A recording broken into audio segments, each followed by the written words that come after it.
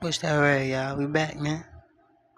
All right, so I'm a I'ma just say this. I do not support what this nigga saying. I'm watching the video. Let's do it. little bit worried about Darius Acuff, and it's not what everyone's talking about. They're going to talk about his defense. They're going to talk about his size, and that is definitely part of the equation, but that's not what truly worries me. And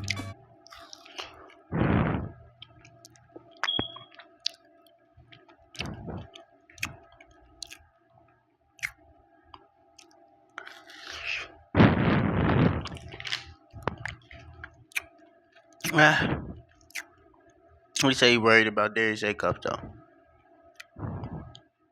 Why?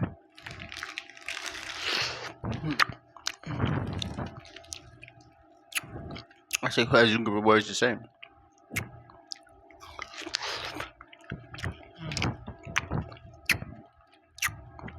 Wi-Fi bad, bro.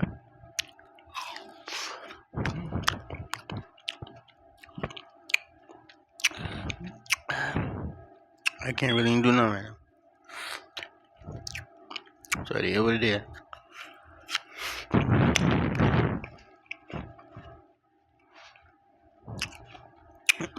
They hating, they wilding, and they plotting. That boy needs to say. They hating, they watching, they plotting and planning, not nothing. Mm-mm, mm-mm, mm-mm, mm-mm. I might be scarred as one of the biggest They hating, Brandon Ingram they supporters watching, on they YouTube. plotting, At one point I was, right? But I see something very similar in Darius Acuff, which is worse than being a bad defender. It's worse Why do than he keep not saying being able to Ingram? shoot. It's, I mean, maybe not worse than that, but it's a very, very limiting did Ingram thing do? to your team. And to me, it is lack of awareness in a way.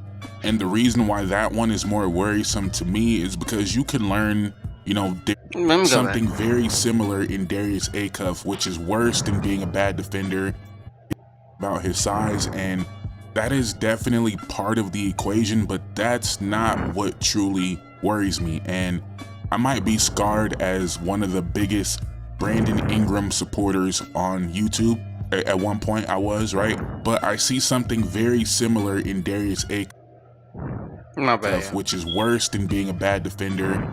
It's worse than not being able to shoot. It's, I mean, maybe not worse than that, but it's a very, very limiting thing to your team. And to me, it is lack of awareness in a way. And the reason why that one is more worrisome to me is because you can learn, you know, different techniques. You can learn different ways to approach defense. You can get stronger, all that. You can get smarter. But just awareness is kind of something you have Or or you you don't don't have. And after watching what I just watched from Brandon Ingram in that playoff series against the Cavs, it is extremely scary to me. And then when you become aware of your lack of awareness, you start like overdoing it. You're, you know, anxious, and it's scary. And it's not, it's not an IQ thing. It's not a lack of want. It's just some people aren't wired that way. And I'm not even saying Darius Acuff is that. Maybe it's just summer league. He's just floating out there. I'm not the biggest college basketball watcher, but as I'm watching him, I am seeing Brandon Ingram in a lot of ways, right? I think I've said this multiple times. If you're new here, I think Brandon Ingram is one of the most talented players in the NBA. Talking about size, talking about length, athleticism, dribble, pass, shoot. There's not that many people in the NBA more talented than Brandon Ingram. And you watch him, you look at his skill set, you watch the highlights, and you ask yourself, how is this guy not one of the 10 best players in the NBA? And it's because of what I'm talking about. It's because that lack of awareness. But then you do start thinking about Darius Acuff and his size, and you think about some of the other small guards and how aware and how on point they have to be. You know, you think of even Jalen Brunson, we don't think of as a defender, but Jalen Brunson oftentimes is ahead of the play on defense as well. That's how he ends up with so many charges drawn. You think of Steph Curry as well, led the NBA in steals one year. Steph Curry is always, maybe not at this point in his career, but earlier in his career was always flying around the court on defense, making impact wherever he could in that way. And obviously Steph Curry knows about it because Steph Curry takes advantage of that lack of awareness on the other side of the ball. all that off-ball moving is because of players like Darius Acuff that allows that to be so successful, because at some point that player over there is going to lose focus, lose awareness of the play, right? If you just keep stacking action upon action upon action, that player is gonna stop. Not because he's lazy, not because he doesn't want it, but because something in the brain just clicks off, right? And I think the best example I can use to my audience, probably got a bunch of gamers out there. How many of you, like, you have a friend that you game with that is an extremely talented gamer, but you end up losing more than you should because they don't have the necessary awareness in a way, right? And for you guys that don't game, it's probably, probably clicked off the video, right? But let's say it's Apex or Fortnite or something like that, and you get into this crazy fight and you win this epic battle. But if you play these games, you know as soon as you win that fight, you got to look around, you got to be aware, because everyone just heard that fight. I know this is kind of a crazy example, but everyone just heard that fight and they are going to be pushing that fight. And you might have a friend that wins that fight and all of a sudden now he's just chilling, now he's looting, now he's having a great time. You get ambushed, game over. Even though you're better than that team, but you just weren't aware of the situation. And then you compare that to basketball, and we look at this play. He's not lying though, man. Like, he ain't lying. I played many people like that, bro. I was once that guy. But once you put in them hours, bro, you'll get it. Especially if you want to get it, you know?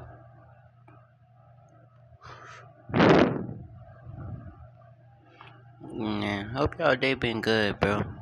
Hope y'all been up to some positivity, some health and wealth, some goodness. I gotta drink my water. I ain't drink no water today, so gotta do that. But I hope y'all been drinking some water. Where he fights over the screen.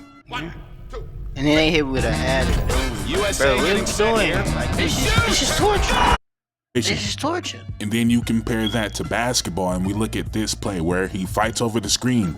He does his job, but it's not over. Since you fought over that screen, now there's another action involved. Now you gotta keep playing. Now you can't just, you know, and the true greats have the ability to does his job, but it's not over. Since you fought over that screen, now there's another action involved. I see what he's saying. Now you got to keep playing. Now you can't just, you know, and the true greats have the ability to compartmentalize all of that, to understand that since this action happened, and if this action happens, I need to do this.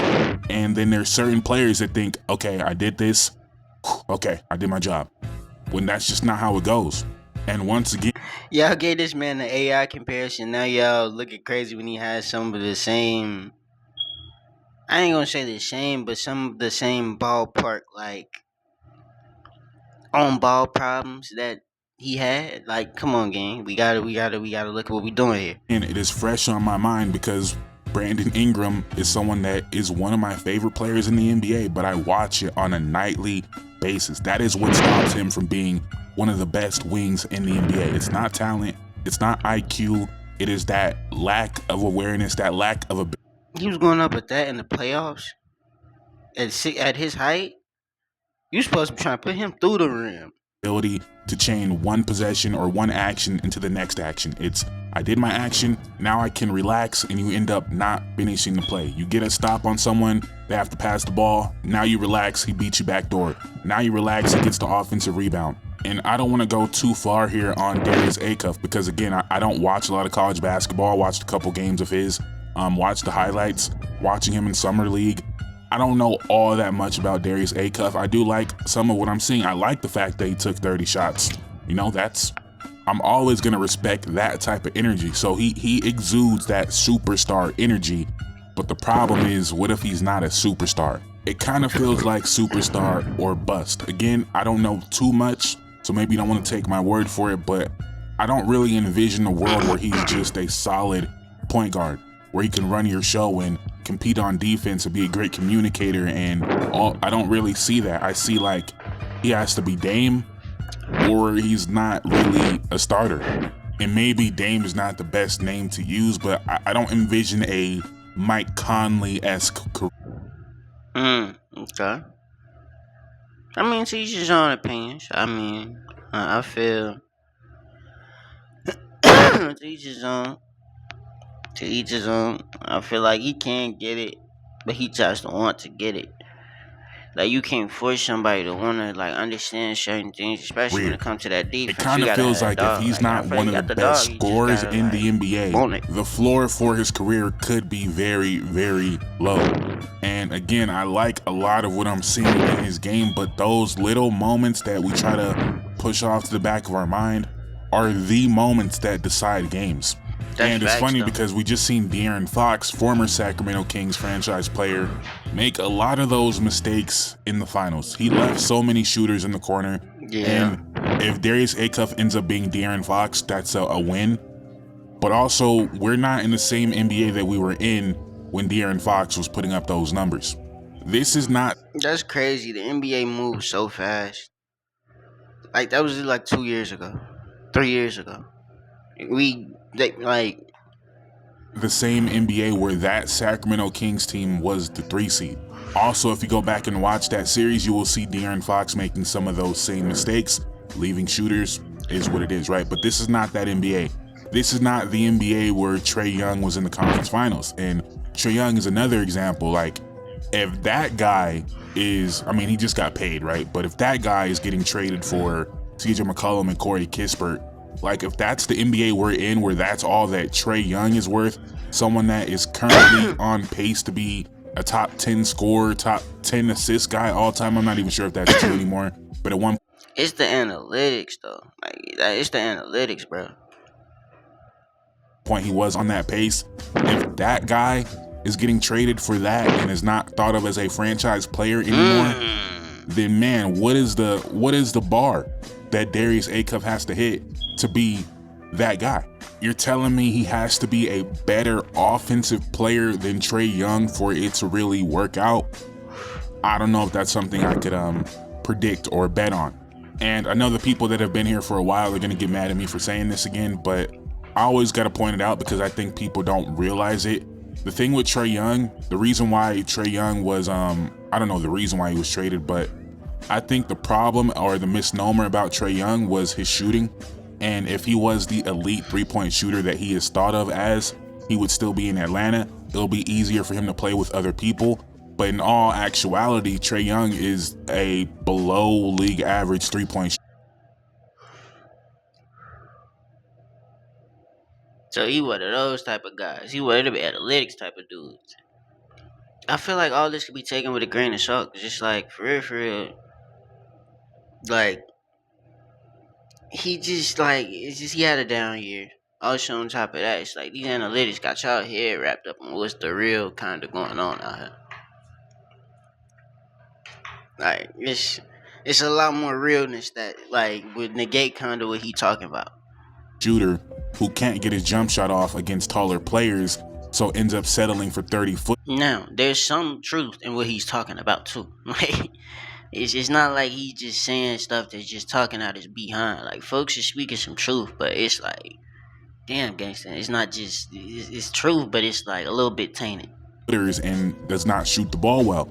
So again, I'm just using that as an example. Like if Darius Acuff ends up being a really good three-point shooter along with the rest of his skill set, then that could be very useful next to another star level player. And I said below average three-point shooter for Trae Young. Last 4 years, he's shooting 34.8% from three, a little bit below average, I believe. And again, if you watch all his catch and shoot threes, they are from 30 feet out because that's the only shots he can get off.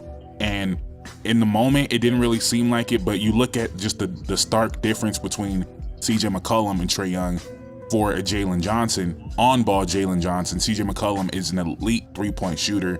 Trae Young is an average one at best at this point. So that is a difference, right? If Trae Young, I feel like it's more of like Trae Young, he has to like in his head that's how he plays. So in his mind, like he's not thinking about it like that.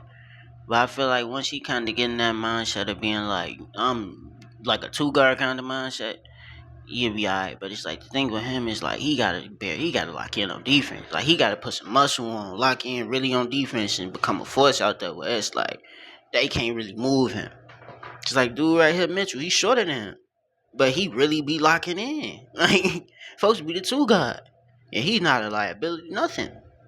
Was a great three-point shooter, then he would be still in Atlanta. The team would still be revolving around him. But yeah, I'm saying all that to say maybe it doesn't have to be the idea of Darius Acuff has to be your 1A, because really, if he is truly an elite three-point shooter at the NBA level, then he can be paired with another player. He can be the co-star to a dominant big or a great downhill league. So there are options there. But it is a little bit worrisome. It is a little bit worrisome that now, like, he has to be an elite three-point shooter in my eyes, or it's not really going to work out. Oh my Maybe that's where we were all along, but some of this stuff. Oh my goodness gracious, my boy. Again, a bit worrisome that now, like, he has to be an elite three-point shooter in my like, bro, look at the time. 9:45, right? eyes, or it's not really going to work out. 9:47. He has not changed no sense of positioning. Maybe that's where we were all along, but some of this stuff, it would have been. Again, I'm scarred by the Brandon Ingram experience. He still ain't pay attention. It's a little bit scary to me, but let me know what you guys think in the comments down below. Please like, comments. I see what he's talking about, but let's see how he play, man. I love y'all, man. See y'all in a couple seconds, not a couple minutes.